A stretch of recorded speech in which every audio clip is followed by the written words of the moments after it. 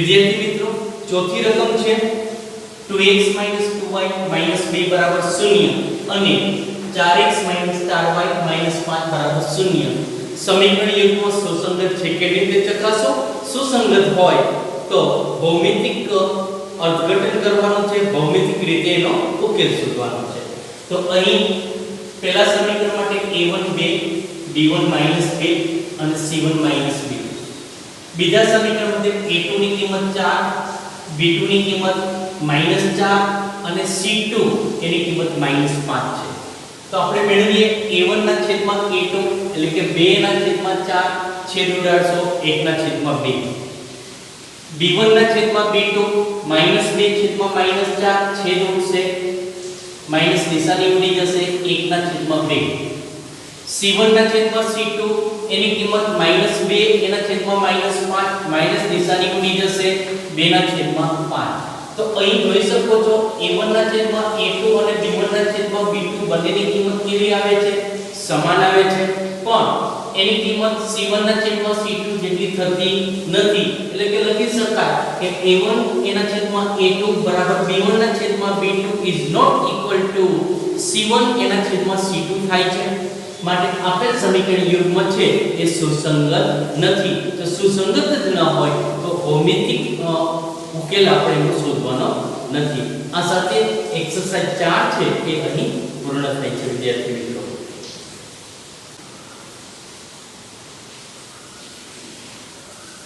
વિદ્યાર્થી મિત્રો એક્સરસાઇઝ 5 છે એક કોટ પ્રશ્ન આપેલો છે કોટ પ્રશ્ન ઉપરથી આપણે એના સમીકરણો બનાવી અને આલેખની રીતે એનો ઉકેલ શોધવાનો છે વિદ્યાર્થી મિત્રો રકમ બરાબર સાંભળજો બરાબર સમજજો કે એક લંબચોરસ બગીચાની અર્ધ પરિમિતિ 36 મીટર છે એક લંબચોરસ બગીચાની અર્ધ પરિમિતિ 36 મીટર છે જો તેની લંબાઈ એની પહોળાઈ કરતા 4 મીટર વધુ હોય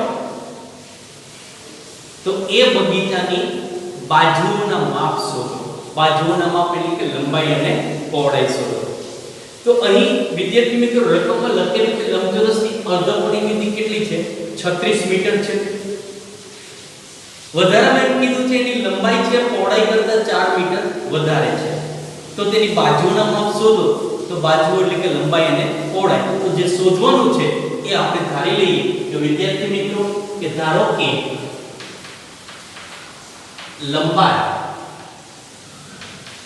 બરાબર x મીટર અને પહોળાઈ છે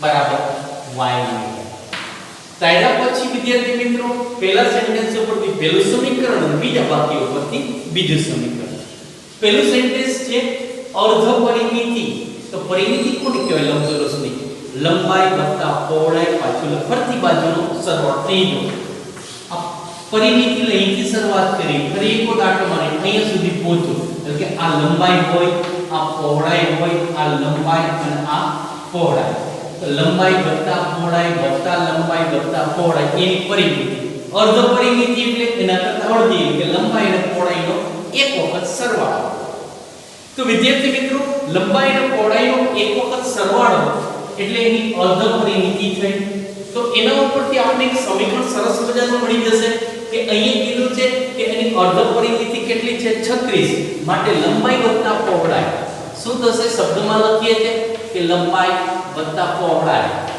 બરાબર કેટલું આપેલું છે 36 મીટર તો લંબાઈ શું ધારેલી છે વિદ્યાર્થી મિત્રો x અને પહોળાઈ શું ધારેલી છે y તો x y બરાબર 36 તો આ વિદ્યાર્થી મિત્રો પહેલું સમીકરણ આપણને મળે છે હવે બીજું સમીકરણ રકમમાં શું કીધું કે લંબાઈ એ કેવી છે કે તેની પહોળાઈ કરતા 4 મીટર વધુ છે તો શબ્દમાં લખું છું અહીંયા પહેલા કે લંબાઈ હવે લંબાઈ એ તેની પહોળાઈ કરતા 4 મીટર વધુ છે વિદ્યાર્થી મિત્રો તો લંબાઈ શું કરેલું છે x a એટલે બરાબર નિશાની તેની પહોળાઈ તો પહોળાઈ શું ધારેલી છે y 4 મીટર વધુ છે એટલે પ્લસ આ 4, તો સમીકરણ બન્યું x બરાબર y વત્તા 4, તો x y આવશે x માઈનસ y બરાબર 4 એ આ બીજું સમીકરણ થશે. તો વિદ્યાર્થી મિત્રો બંને સમીકરણ મળી ગયા, હવે આનો ઉકેલ શોધવાનો છે. અત્યારે મિત્રો વિદ્યાર્થીઓ તમે માત્ર આલેખની એક જ રીત તમે જાણો છો, એટલે આલેખની રીતે જ આપણે ઉકેલ શોધીએ. અહીંયા ઉકેલ માટે અલગ અલગ 4 રીતો છે, આગળ જેમ જશો એમ અલગ અલગ રીતો આવી જશે. પરીક્ષામાં સ્પષ્ટતા ન કરેલી હોય તો કોઈ પણ રીતે તમે ઉકેલ શોધી શકો. તો અહીંયા તો અત્યારે આપણે આલેખની એક જ રીત જાણીએ છીએ, તો આલેખની રીતેનો ઉકેલ શોધીએ. તો સમીકરણ 1 પરથી હવે સમીકરણ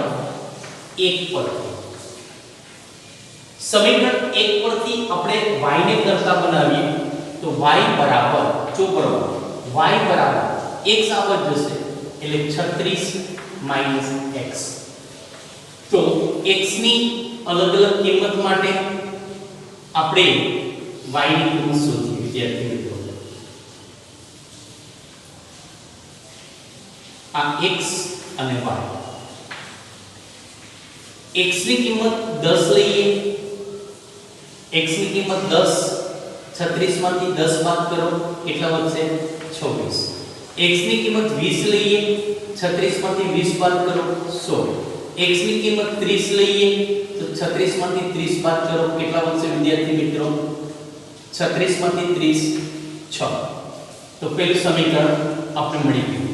બીજું સમીકરણમાં y ને કરતા બનાવીએ, y આવત જશે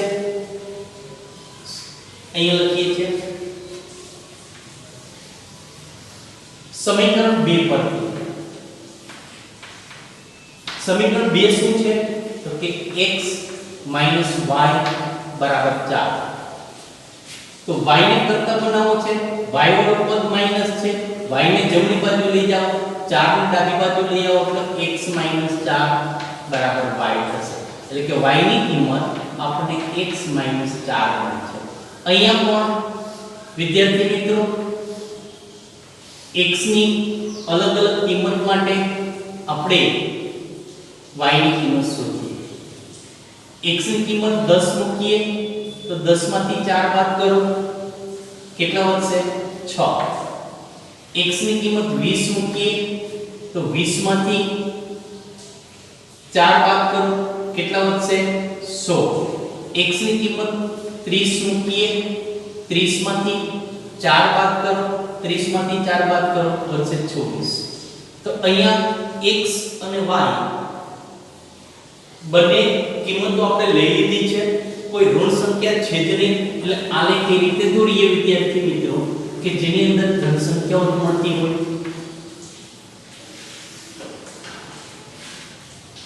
આ x યામ 10 20 અને 30 સુધી છે. આ 10, આ 20, આ 30 અને હજી એક 40. વાયમ છે મેક્સિમમ સંખ્યા 26 જ છે વિદ્યાર્થી મિત્રો, એટલે y અક્ષ ઉપર આ 10, આ 20, આ 30. હવે આપણે બિંદુઓનું નિરૂપણ કરીએ કે 10 ની સામે 26, તો 10 સામે અહીંયા 20 આવે છે, તો એને મિડલમાં જો તો 25 કરતા એક વધારે એપ્રોક્સિમેટ એ આ જગ્યાએ બિંદુ હશે.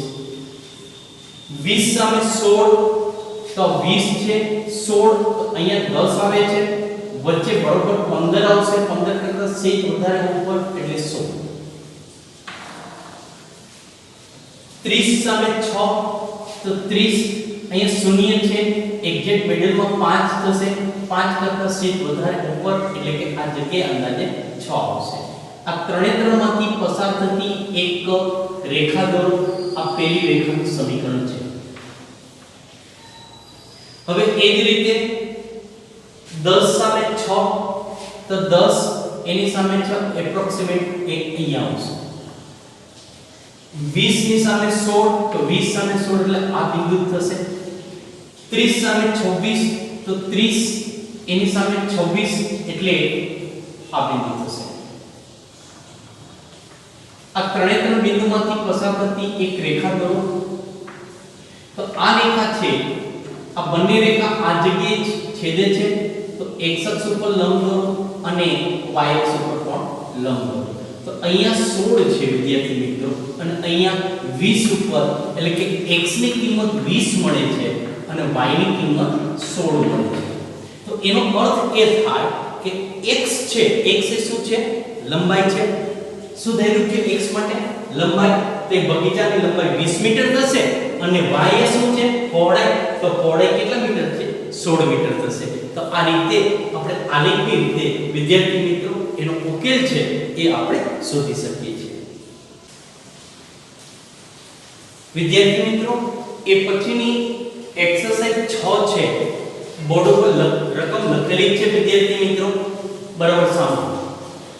સુરેખ સમીકરણ 2x 3y 8 0. એક સુરેખ સમીકરણ આપણે આપી દીધું છે. આ સુરેખ સમીકરણ માટે બીજું આપણે દ્વિચલ સુરેખ સમીકરણ એ પ્રકારે લખવાનું છે કે જેથી નીચેની જોડીઓનું શરતોનું પાલન થાય, કે જેથી બનતી જોડીઓનું ભૌમિતિક નિરૂપણ નીચે પ્રમાણે હોય. નીચે પ્રમાણે કે છેદતી રેખાઓ બનતી હોય, સમાંતર રેખાઓ બનતી હોય કે સંપાતી રેખાઓ બનતી હોય. એવું બીજું સમીકરણ લખવાનું છે વિદ્યાર્થી મિત્રો. દાખલા તરીકે સૌથી પહેલા એક સમીકરણ અહીં આપણે કયું આપેલું છે કે અહીં 2x 3y 8 0 આપેલું છે. હવે આપણે અન્ય એવું સમીકરણ લખવાનું છે વિદ્યાર્થી મિત્રો કે જેથી એ છેદતી રેખાઓ બને. આ સમીકરણ બીજું સમીકરણ જે આપણે લખવાનું છે એનાથી છેદતી રેખાઓ. તો વિદ્યાર્થી મિત્રો યાદ રાખો છેદતી રેખા ક્યારે બને તો કે a1 ના છેદમાં a2 બરાબર is not equal to b1 ના છેદમાં b2 હોય તો a1 એટલે 2 છે. દાખલા તરીકે અહીં આપણે બીજું સમીકરણ લખીએ. દાખલા તરીકે હું લખું 3x, તો a1 ના છેદમાં a2 ની કિંમત શું મળશે? 2 ના છેદમાં 3 મળશે. તો હવે અહીં હું એવી કિંમત પર લખવી પડે કે જેની કિંમત 2 ના છેદમાં 3 ન હોવી જોઈએ. તો અહીંયા હું લખી નાખું કે 2y. તો જો a1 ના છેદમાં a2 એટલે 2 ના છેદમાં 3, b1 ના છેદમાં b2 એટલે કે 3 ના છેદમાં 2 બે સરખા થતા નથી. પછી અચળ પદ ગમે લખી નાખો. દાખલા મને વિચાર થાય કે મારે 5 લખવા છે બરાબર 0. તો આ સમીકરણ યુગ્મ આખું એવું બન્યું કે અહીં a1 ના છેદમાં a2 is not equal to b1 ના છેદમાં b2 થશે. માટે આ રેખાઓ જે છે આ નથી રેખાઓ, એ છેદતી રેખાઓ જોઈએ હંમેશા. સમજાય છે જે કહેવા માંગીએ છે? તો એક સમીકરણ આપેલું છે, એના ઉપરથી બીજું સમીકરણ એવું બનાવવાનું છે કે સમીકરણ યુગ્મ છેદતી રેખાઓ જો બનતી હોય તો એ જ વસ્તુ વિચારવાની કે a1 ના છેદમાં a2 is not equal to b1 ના છેદમાં b2 થવા જોઈએ. દાખલા તરીકે તમને વિચાર થાય કે મને 3x નથી લખો, મારે 2x લખો વાંધો નહીં. તો 2 ના છેદમાં 2 એટલે કે ભાગાકાર 1 થાય. તો અહીંયા 3 ન લખી શકો કે 3 ના છેદમાં 3 લખો તો 1 થઈ જાય. તો બે સરખા થઈ ગયા, સરખા થવા જોઈએ નહીં. અહીં કદાચ અહીં 2 લખાય 4 લખ નાખો, વેલ એન્ડ ગુડ. તો અહીં a1 ના છેદમાં a2 is not equal to b1 ના છેદમાં b2 થશે. હવે એ પછી વિદ્યાર્થી મિત્રો અહીં સમીકરણ છે તમને આપેલું છે, સમાંતર રેખાઓ બને એ રીતે સમીકરણ યુગ્મ બનાવવાનું છે કે 2x 3y 8 0 આપેલ છે. હવે તમારે એવું સમીકરણ બનાવવાનું છે કે એ સમીકરણ સમાંતર રેખાઓ બનતી હોય. તો વિદ્યાર્થી મિત્રો સમાંતર રેખા ક્યારે બને? તો શરત યાદ કરો સમાંતર રેખા માટે કે a1 એના છેદમાં a2 બરાબર b1 એના છેદમાં b2 is not equal to c1 ના છેદમાં c2 હોય. તો a1 ના છેદમાં a2 દાખલા તરીકે હું અહીંયા 4x લખું છું. તો આ બેનો ભાગાકાર કેટલો થયો વિદ્યાર્થી મિત્રો? 1 ના છેદમાં a1 ના છેદમાં a2 નો ભાગાકાર કેટલો થયો? 1 ના છેદમાં 2. તો અહીંયા b1 ના છેદમાં b2 નો ભાગાકાર પણ 1 ના છેદમાં 2 જ થવો જોઈએ. તો 1 ના છેદમાં 2 કરવા માટે લખું તો અહીંયા 6y એટલે કે 3/6 એટલે 1 ના છેદમાં 2. તો જો a1 ના છેદમાં a2 ની કિંમત 1 ના છેદમાં 2, b1 ના છેદમાં b2 એની કિંમત પણ 1 ના છેદમાં 2 જ મળે છે. હવે હું અહીંયા -16 નહીં લખી શકું કારણ કે a1 ના છેદમાં a2 બરાબર b1 ના છેદમાં b2 is not equal to c1 ના છેદમાં c2 થવું જોઈએ. તો હું અહીંયા લખી નાખું -10. બરાબર 0 એટલે કે -8 ના છેદમાં -10 છેદ ઉડશે એટલે કે 4 ના છેદમાં 5 થઈ જશે આ 1 ના છેદમાં 2 આ 1 ના છેદમાં 2 આ કેટલો હશે 4 ના છેદમાં 5 એટલે કે a1 ના છેદમાં a2 not equal to b1 ના છેદમાં b2 is not equal to c1 ના છેદમાં c2 થશે માટે આ બંને સમીકરણો છે એ સમાંતર રેખાઓ બનશે એનાથી હવે એ પછી સમપાતી રેખાઓ છે તો અહીં આપણે એક સમીકરણ તો આપેલું છે વિદ્યાર્થી મિત્રો કે 2x 3y 8 0 હવે સમપાતી રેખાઓ એટલે કે a1 ના છેદમાં a2 બરાબર b1 ના છેદમાં b2 બરાબર c1 ના છેદમાં c2 થવા જોઈએ તો દાખલા તરીકે હું અહીંયા લખું 6x 2 ભાગ્યા 6 એટલે 1 ના છેદમાં 3 વધે તો અહીંયા મારે 1 ના છેદમાં 3 લખવું હોય તો અહીંયા 9 જ લખવા પડશે એટલા માટે 3 તેરી 9 થશે એ જ રીતે અહીંયા સમાન લખવા માટે મારે 24 કરવા પડશે -8 એના છેદમાં -24 એટલે 1 ના છેદમાં 3 તો આ સમીકરણની અંદર 2 ના છેદમાં 6 એટલે 1 ના છેદમાં 3 3 ના છેદમાં 9 એટલે પણ 1 ના છેદમાં 3 અને -8 એના છેદમાં -24 એટલે પણ 1 ના છેદમાં 3 આવા વિદ્યાર્થી મિત્રો અસંખ્ય સમીકરણ બનાવી શકાય દાખલા કે આ સમીકરણનું 5 વડે ગુણ નાખો તો સમીકરણ બને 10x 15y -40 બરાબર 0 તો એ જ થશે આ સમીકરણનું કોઈ પણ કેવળ સંખ્યા વડે ગુણી નાખો કે બિલોંગ ટુ r તો અસંખ્ય સમીકરણો આવા મેળવી શકાય વિદ્યાર્થી મિત્રો તો અહીંયા ત્રણ શરતને આધારે એક એક સમીકરણ બનાવવાનું કીધું હતું તો આ એક એક સમીકરણ આ રીતે વિદ્યાર્થી મિત્રો બની શકે આવા અસંખ્ય સમીકરણો તમે તમારી રીતે બનાવી શકશો વિદ્યાર્થી મિત્રો આ એક્સરસાઇઝ 6 અહીં પૂરી થાય છે આ સ્વાધ્યાયની અંદર એક એક્સરસાઇઝ તમને હોમવર્કમાં આપી છે અહીં લખી દઉં છું એક્સરસાઇઝ 7 છે વિદ્યાર્થી મિત્રો આ જ રીતે છે તમે ઉકેલ શોધવાનો છે આલેખની રીતે એક એક્સરસાઇઝ છે એ તમને હોમવર્કમાં આપી છે વિદ્યાર્થી મિત્રો આ સાથે આ સ્વાધ્યાય આપણે જે શરૂ કર્યું હતું 3.2 એ 3.2 અહીં પૂર્ણ કરીએ છીએ આભાર બધા વિદ્યાર્થી મિત્રોને અને જય શ્રી કૃષ્ણ